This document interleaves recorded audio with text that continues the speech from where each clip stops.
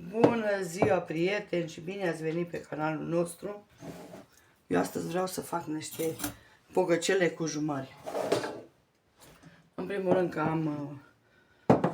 am jumări destule și am zis că hai să fac pogăcele. Aici am pus 350 de ml de lapte, l-am încălzit.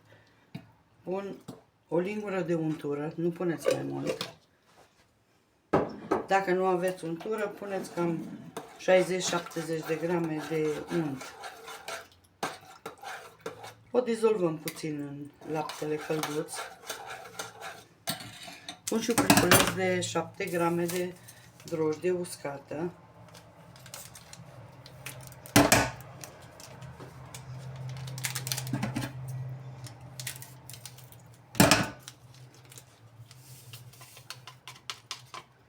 Așa. Eu nu pun zahăr. Dacă doriți, puteți să puneți zahăr aici. Laptele să fie călduț, nu fie fierbinte, să fie călduț. Turnăm aici peste. Pun și o lingură bună de sare. Pun așa pe margini ca să nu fie direct pe... Așa, o să pun un ou întreg și un albuș. Gălbenușul lăsăm pentru să le ungem deasupra. Așa, asta lăsăm. Puteți să frământați cu robotul, eu am ales să-l frământ cu mâna. Până a luat simplu, atât de simplu i-a luat ăsta și făină până la jumate de kilogram de făină. De aia și pun puțină făină și după aia completez dacă chiar mai îmi trebuie.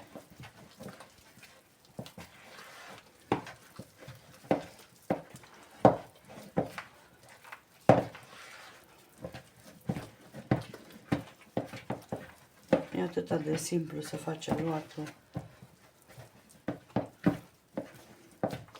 De ce se pune untura? Pentru că ele atunci va fi moi câteva zile. O să vă rămână moi.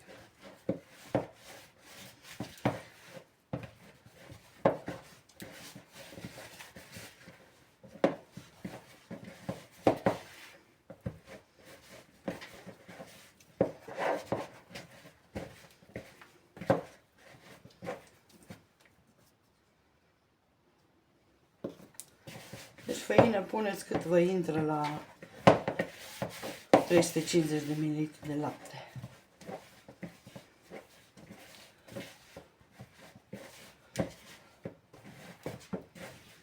Imediat e gata aluatul. Nu trebuie frământat mult. Îl lăsăm la dospit, la loc călduț.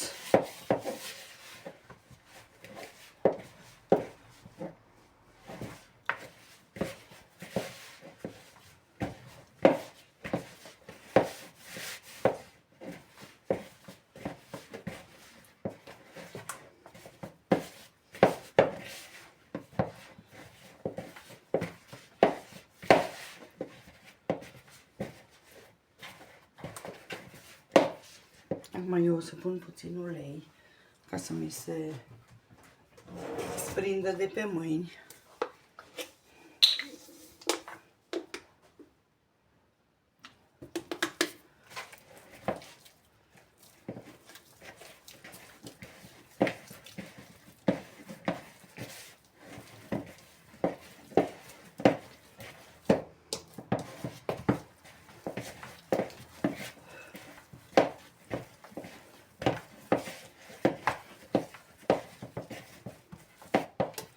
Imediat e gata. Am zis, nu trebuie să-l frământați mult.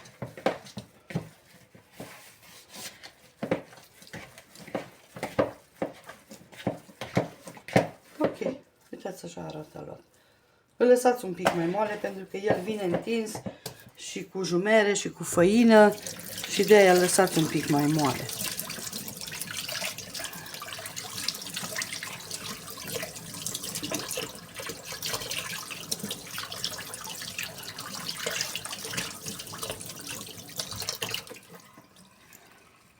Și gata, îl bag într-o pungă de nylon. Eu vă arăt cum fac eu. Vă spun întotdeauna. Deci asta e varianta mea. Dacă vreți alta, faceți rețeta noastră. Eu vă arăt, întotdeauna vă arăt variantele mele. Și cum mie îmi place. Așa iasă. Ok. Un prosop și l-a dospit. Și o să revin. Na, haideți, dragile mele, eu l-am lăsat jumătate de oră, că el mai dospește aici pe masă. Așa. Punem făină.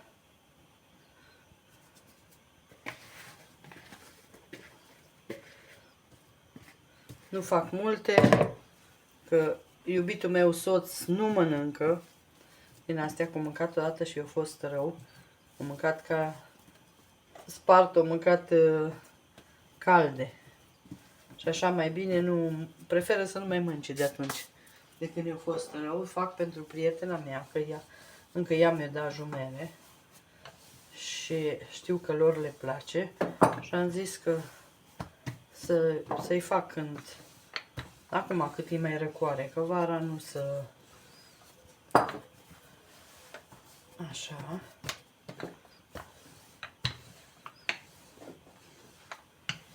Întindem cât ne permite aluatul.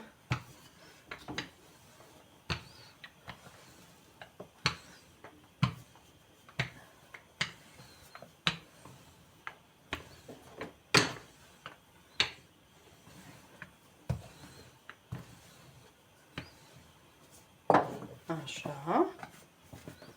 Și acum ungem. Eu jumerele le-am măcinat. Și acum ungem aluatul. Împărțim. Am aici cam 300 de grame de jumeri. Am împărțit, nu mi le-am măcinat ca lumea, că nu mai îmi taie cuțitul.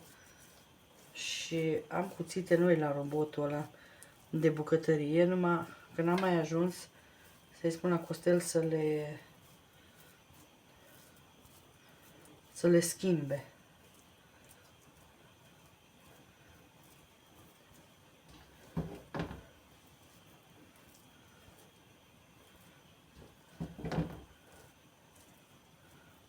Eu la nucă merge, dar la carne și la asta merge mai greu. Dar nu e problemă dacă găsim jumere, așa, bucăți. E foarte faină când găsești așa, când mănânci, numai că mai greu la întins. Așa, asta să mă șterg pe mână.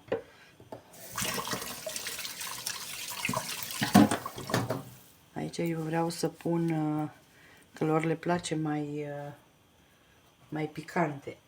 Vreau să pun puțin chili.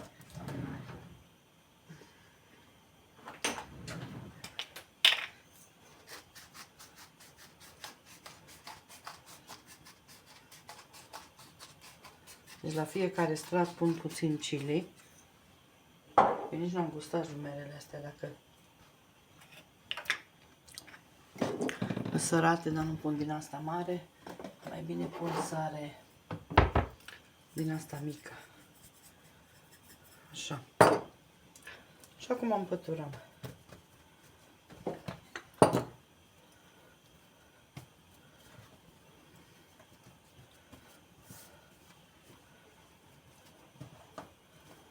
Așa.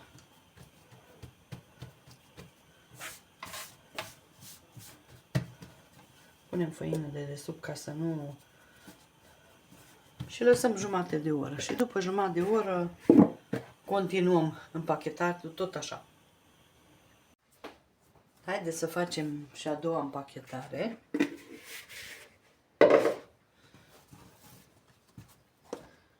V-am zis, lucrați cu făină, că să nu vi se...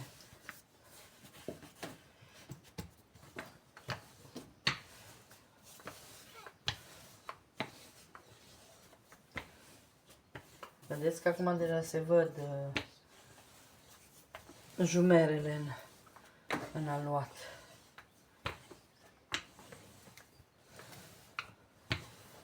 Acum dacă vă plac bucăcelele, dar cred că toată lumea îi iubește.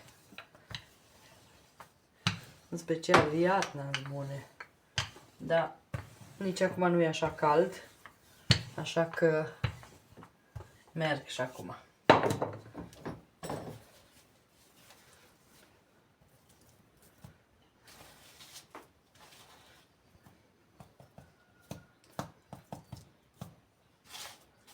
Așa, și mai ne rămâne pentru o dată.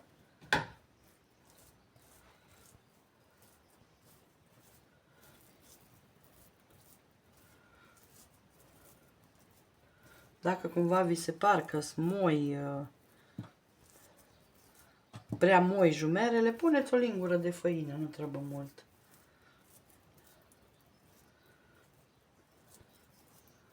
Că dacă aveți din alea fără necărnoase, atunci când le măcinați sau le faceți cu blenderul sau vă ies un pic mai moi. Așa.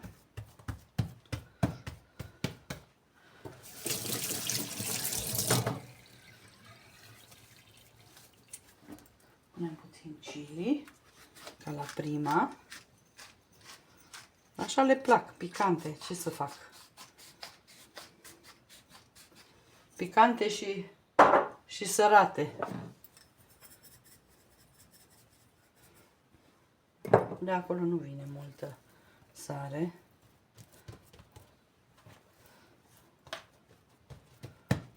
Uite, putem să punem și aici un pic.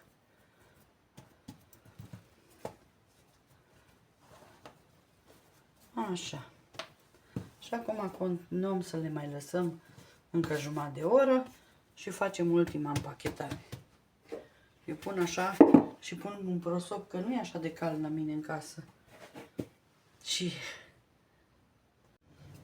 haideți, dragile mele, eu nu mai v-am arătat a treia oară, tot așa l-am întins și acum îl întindem și îl formăm. Acum forma îi dați dori, care o vreți.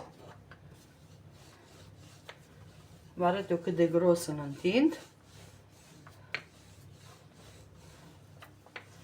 Și forma dorită.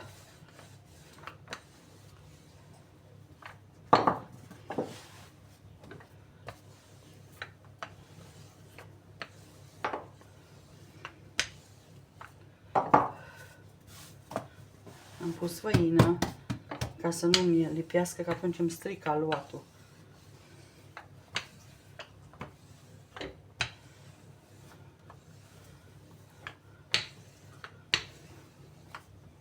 Vă zic, de acum nu trebuie să le întindeți.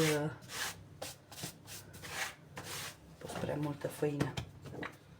Am mai fost pe masă și am mai pus și s-a adunat prea multă.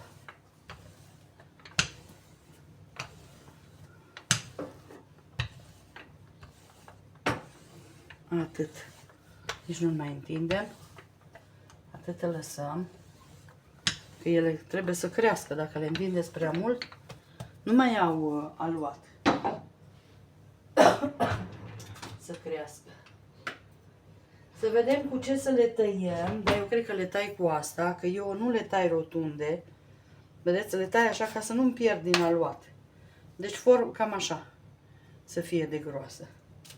Acum că e mai groasă puțin,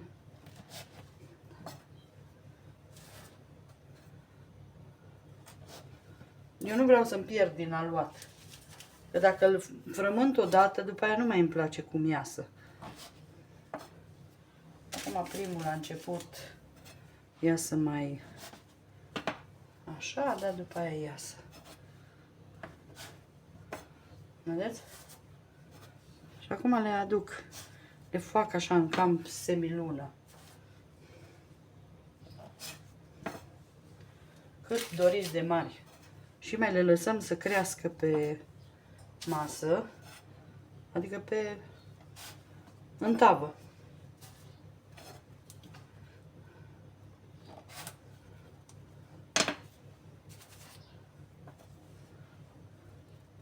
Eu încerc să-l aduc tot mai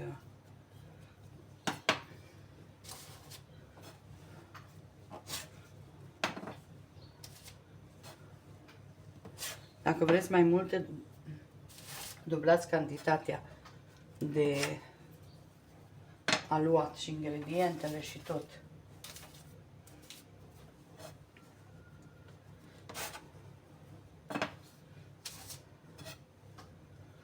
Așa. Aici m-am dus eu un pic prea în afară.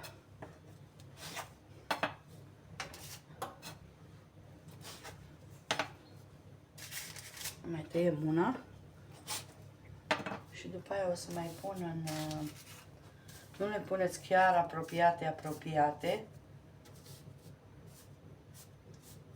ca să aibă loc să crească.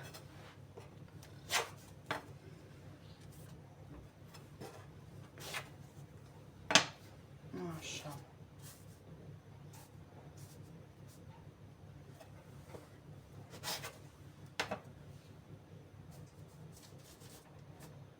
Atâta. Și le lăsăm la crescut. Le tai și pe alea lante și vă arăt. Haideți, dragile mele, eu am pus aici gălbenuși de ou ce mi-a rămas de la aluat. Îl ungem. Le-am lăsat cam un sfert de oră, cam așa. Au stat. Aici am pus puțin lapte pe gălbenuș.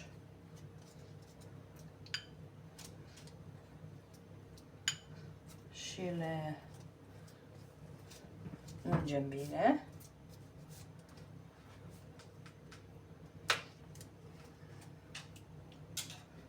Cuptorul e cald, am dat la 180 de grade.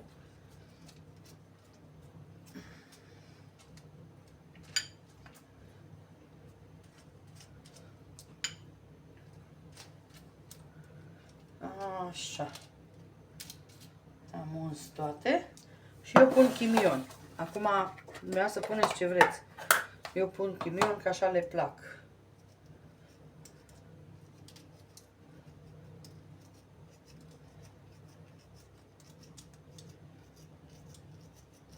Dacă aveți cald în casă, vă cresc mai faine, dar neavând așa cald.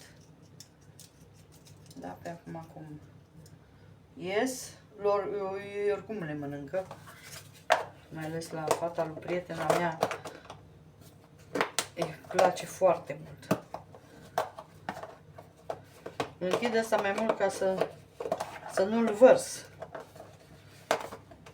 Dar nu nimeresc.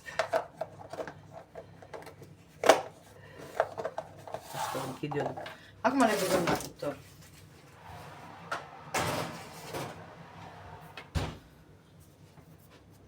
Le lăsăm până ne uităm că scoapte sus și jos, dar nu deschideți ușa cuptorului. Să le scoatem din cuptor, că sorcop, băgăm tava asta la între. Deci două tăvi mi-au ieșit mie. Uitați ce faine a ieșit. Vedeți? Uitați ce faine sunt. Ui, ce ard. S-o copt, scoapte de desubt, super faine. Acum le lăsăm să răcească și după aia o să vă arăt eu când sunt reci să le rup. Na, haide, dragile mele, eu am scos și ultima tură și le aranjăm aici în cutia asta, pe platoul ăsta, că așa le și trimit. Le trimit lor. Dar nu pot să vă spun decât că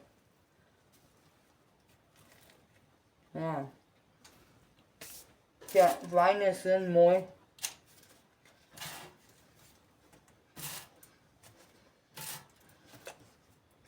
Am să vă fac eu poză de jos, să le vedeți cât de faine sunt. M-aș bucura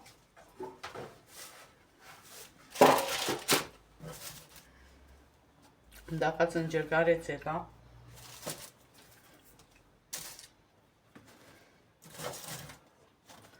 Sunt super. Deci nu avem cuvinte cât de faine sunt.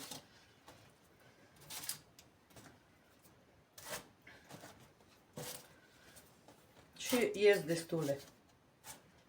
La mele sunt picante bine. Că așa le plac. Și picante și sărate și tot.